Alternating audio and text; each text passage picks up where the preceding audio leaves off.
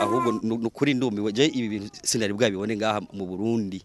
kuva jewe mvuka ibi bintu nigeze kubibona mu Rwanda ku mashusho naho nyene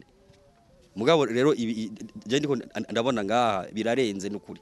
birarenze ubwicanyi ni ibintu bidasanzwe leta yoyo ni baza ko umutekano bari ngaha ivyo twama twasavye ni byinshi cyane mugabo nitubona na kimwe ahubwo usabye hari nawo ucuba mubi ugasanga ngo barakujaniranyije nawe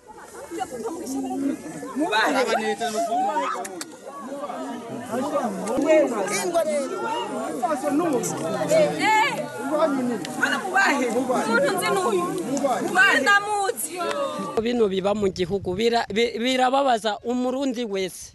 nukuvuga kandi dutanguye kubibona mwazino ntwaro suko je sinari bwabone ibiziga by'umuntu babaze mwizosi sinari bwabibone ariko zino ntwaro nukuri barabe bisubire ko turonka amahoro kuko kino gihugu umuntu agishitseko ni vyiza ko yotwarira abarundi twese ariko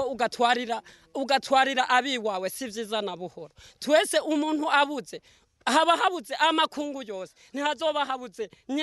nyina w'umwana ntihazoba habuze se w'umwana twese tuba tubuze n'ukuri ariko naho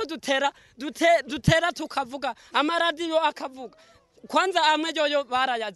bayazimya kubereka ariko tuzovuga twashaka duhere twese kuko umubabaro nuwa twese leta ndayisaba yuko yohindura inyifato kubera jewe bino bintu mu Burundi ntavyo nari bwabone n'ukuri kandi ubu ngira ndababwira abo bantu batwarira igihugu bativatikanye n'Imana si vyiza kuko ntiwoshobora gutwara igihugu utivatanije n'Imana